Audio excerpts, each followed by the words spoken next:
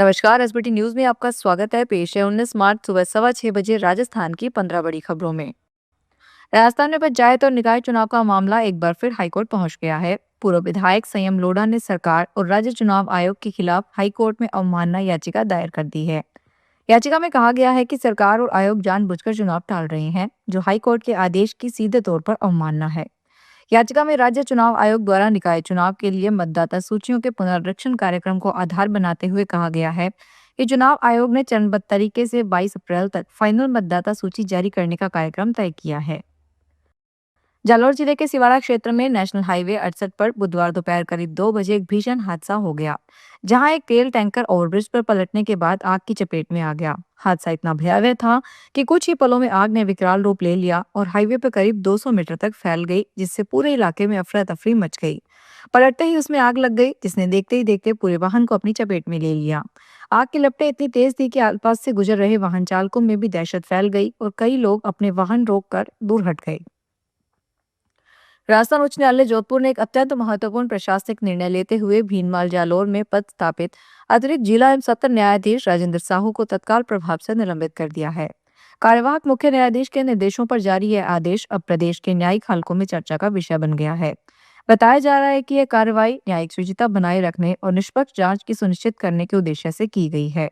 High court द्वारा जारी आधिकारिक आदेश के अनुसार एडीजी राजेंद्र साहू के खिलाफ 6 अलग अलग मामलों में गंभीर आरोप की प्रारंभिक जांच चल रही है। देश में आमजन की शिकायतों के लिए राज्य में उपभोक्ता आयोग बने हैं। इन आयोग में आने वाली शिकायतों का निस्तारण के मामले में राजस्थान देश में तीसरे नंबर पर है। इंडिया जस्टिस रिपोर्ट में जारी लिस्ट के मुताबिक इस सूची में पहले पायदान पर 19 बड़े राज्यों में आंध्र प्रदेश का नाम आता है, जबकि छोटे 9 राज्यों में सूची में मेघालय पहले नंबर पर है। सुप्रीम कोर्ट के पूर्व न्यायाधीश संजय कौशिक कौल की तरफ से तैयार इस रिपोर्ट में बताया, आज भी देश के कई राज्यों में बने उपभोक्ता आयोग में कई पद खाली है, जिसके कारण उपभोक्ताओं की सुनवाई में समय लग रहा है। राजस्थान के पूर्व मुख्यमंत्री और कांग्रेस के वरिष्ठ नेता अशोक गहलोत ने मुख्यमंत्री भजनलाल शर्मा के प्रदेश में गैस की कोई कमी नहीं है के दावे को जमीनी हकीकत से कोसों दूर बताया है।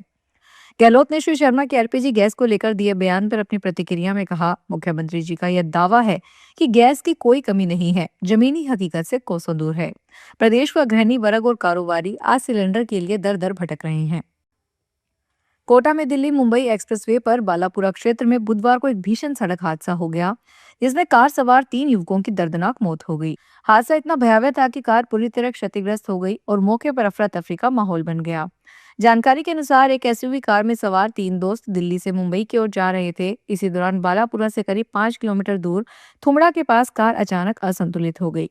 तेज रफ्तार के चलते वाहन चालक पर नियंत्रण नहीं रख सका और कार डिवाइडर को तोड़ते हुए 30 फीट नीचे जा गिरी। केंद्रीय मंत्रिमंडल ने बुधवार को 33,660 करोड़ रुपए की भारतीय औद्योगिक विकास योजना को मंजूरी प्रदान कर दी है।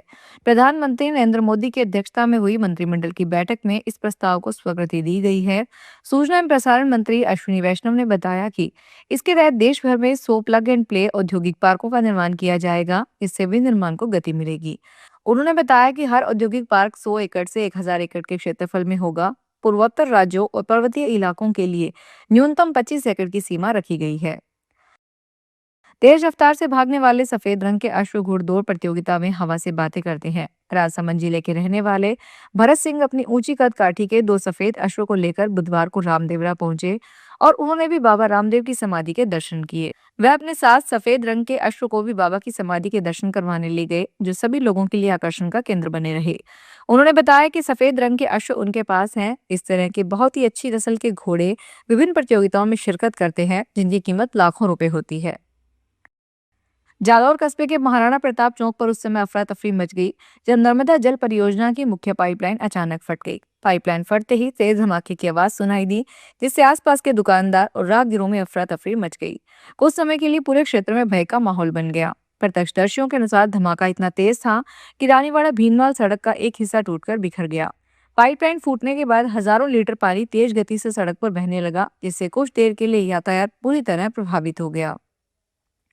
बांसवाड़ा में पुलिस प्रशासन की टीम पर हमला करने के मामले में 13 आरोपियों को गिरफ्तार किया गया है। वहीं इसमें 35 लोगों पर मुकदमा दर्ज किया गया है। कुशलगढ़ नगर पालिका क्षेत्र के पास हिंडोलिया चारण गांव में कचरा डंपिंग यार्ड के लिए आवंटित सरकारी जमीन की पैमाइश करने गई पुलिस और प्रशासन की टीम पर पथराव हुआ था।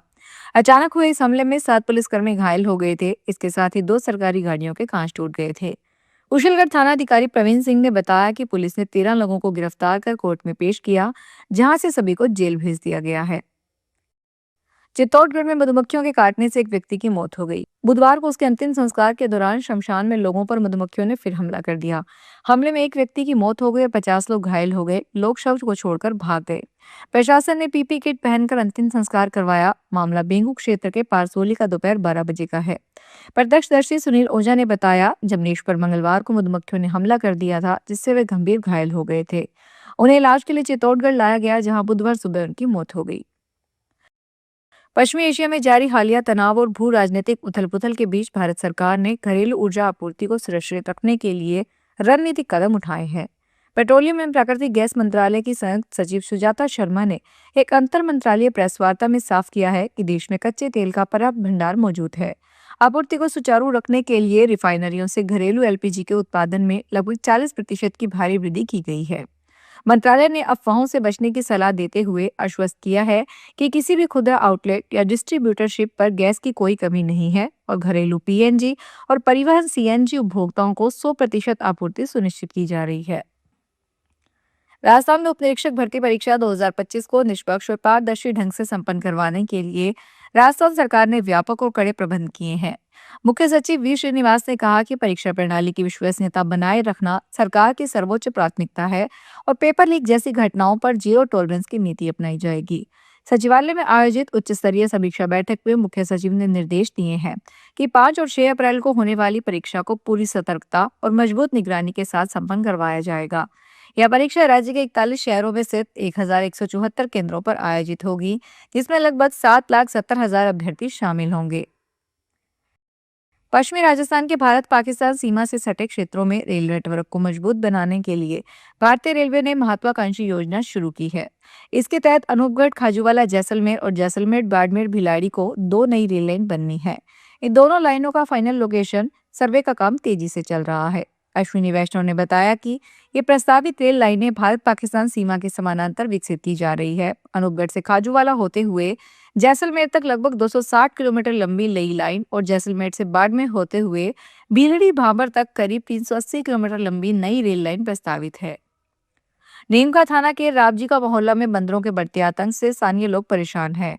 हाल ही में एक बच्चे पर बंदरों ने हमला कर दिया, जिससे वह घायल हो गया। परिजनों ने तुरंत बच्चों का इलाज के लिए अस्पताल पहुंचाया। गनीमत यह रही कि बच्चों को गंभीर चोटें नहीं आई। स्थानीय लोगों ने बताया कि यह पहली घटना नहीं है। इससे पहले भी बंदर 2 अन्य लोगों को हमला करके घायल कर चुके हैं। तो ये थी राजस्थान की 15 बड़ी खबरें। अगर आपको हमारा बुलेटिन पसंद आया हो तो वीडियो को लाइक करें, अपने दोस्तों से शेयर करें और चैनल को सब्सक्राइब करना ना भूलें। फिर मिलेंगे नई खबरों के साथ। धन्यवाद।